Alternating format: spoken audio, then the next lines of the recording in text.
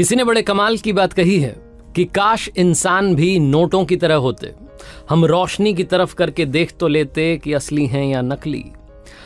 नमस्ते दोस्तों, मेरा नाम है आरजे कार्तिक। आपके लिए एक छोटी सी कहानी एक राजा की जो अपने अंगरक्षकों के साथ में, मंत्री के साथ में जंगल में गया था शिकार के लिए, और अपने अंगरक्षकों से, मंत्री से भटक गया था, दूर हो गया था, रास्ता भी भटक गया था। बहुत देर से घोड़ा दौड़ा रहा था लेकिन कहीं उसे रास्ता नहीं मिल रहा था। जंगल के बीच में उसे एक छोटी सी कुटिया दिखाई दी। राजा ने सोचा कि इस कुटिया में कोई तपस्वी मुनि महाराज होंगे, अंदर तपस्या कर रहे होंगे, जाकर के उनसे एक बार बात करते हैं। जब अंदर राजा पहुंचा तो राजा ने देखा कि एक नेत्रहीन संत जो थे वहां तपस्या में बैठे थे। राजा ने कहा, सादर प्रणाम सूरदास जी, मैं आपसे जानना चाहता हूं कि क्या यहां मेरे अंगरक्षक मंत्री आए थे? जो तपस्वी संत थे उन्होंने कहा कि हाँ, यहां सबसे पहले तुम्हारा अंगरक्षक आया था, बाईं दिशा में मैंने भेजा।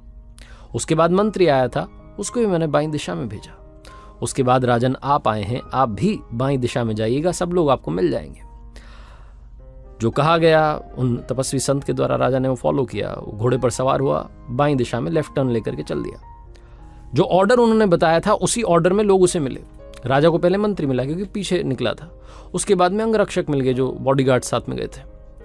उन्होंने कहा कि महाराज अब आप मिल ही गए तो आइए अब शिकार पर चलते हैं। शिकार तो हुआ नहीं है। राजा ने कहा नहीं, शिकार पर नहीं चलेंगे, क्योंकि राजा के दिमाग में एक सवाल दौड़ रहा था कि वो जो नेत्रहीन संत हैं जिनको आंखें नहीं हैं, उन्होंने कैसे समझ लिया कि पहले अंगरक्षक आया, फिर मंत्री आया, फिर राजा आया। राजा सीधे उनकी कुटिया पर पहुंचे और जाकर के फिर से प्रणाम किया और पूछा कि एक दुविधा है, अगर उसका आप हल कर दें, बहुत देर से दिमाग में सवाल चल रहा है।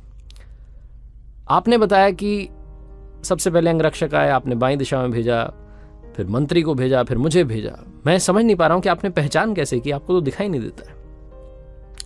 वो जो तपस्वी संत थे उन्होंने कहा कि राजन सारा कमालवाणी का है, बातों का है। अंगरक्षक आए तो उन्होंने कहा है अंधे, कहाँ है रास्ता, बता हमें किधर जाना है। मंत्री जब आए तो उन्होंने कहा बाबा जी किस तरफ जा सकता हूँ, रास्ता भटक गया हूँ। और फिर जब आप आए तो आपने कहा सादर प्रणाम सूरदास जी, बस मुझे रास्ता बता दीजिए। ऐसा बोल के आपने बोला और मैंने आपको भी रास्ता बता दिया। जिन शब्दों का चयन लोगों ने किया उस हिसाब से पता चलता है कि कौन से लोग यहां से गए, और इसीलिए मैंने आपको यह समझाया कि कौन पहले गया, कौन बाद में गया, और आपके बारे में बताया। राजा ने प्रणाम किया और बोला कि यह बहुत बड़ी बात आज आपने मुझे सिखा दी। छोटी सी कहानी है, कहानी खत्म हो गई, लेकिन आपको बस ये मैसेज देना चाहता था, ये बात समझाना चाहता था कि जिंदगी में, करियर में अगर आप आगे बढ़ना चाहते हैं, एक अच्छा इंसान बनना चाहते हैं, सिलेक्शन ऑफ वर्ड्स बहुत मैटर करता है। आप क्या शब्द बोल रहे हैं, आपने कौन से शब्दों का चुनाव किया है, किन वर्ड्स के साथ में आप लोगों को बुला रहे हैं, लोगों से जब बात कर रहे हैं तो क्या आपका कम्युनिकेशन स्टाइल है, बहुत मैटर करता है। आज के कॉम्पिटिटिव वर्ल्ड में कम्युनिकेशन इज द की। बहुत इंपॉर्टेंट है कि आप सही शब्दों का चुनाव करें, सिलेक्शन ऑफ वर्ड्स आपका बहुत अच्छा हो, उसके साथ में आप आगे बढ़ें। आधे काम तो ऐसे ही आसान हो जाते हैं, चाहे फिर आपको किसी इंटरव्यू में जाना हो, प्राइवेट जॉब में जाना हो, सरकारी में जाना हो, करियर में बड़ा आदमी बनना हो, बड़ा बिजनेसमैन बनना हो, कम्युनिकेशन बहुत इंपॉर्टेंट है। और कम्युनिकेशन की बात आती है तो शब्द बहुत इंपॉर्टेंट है।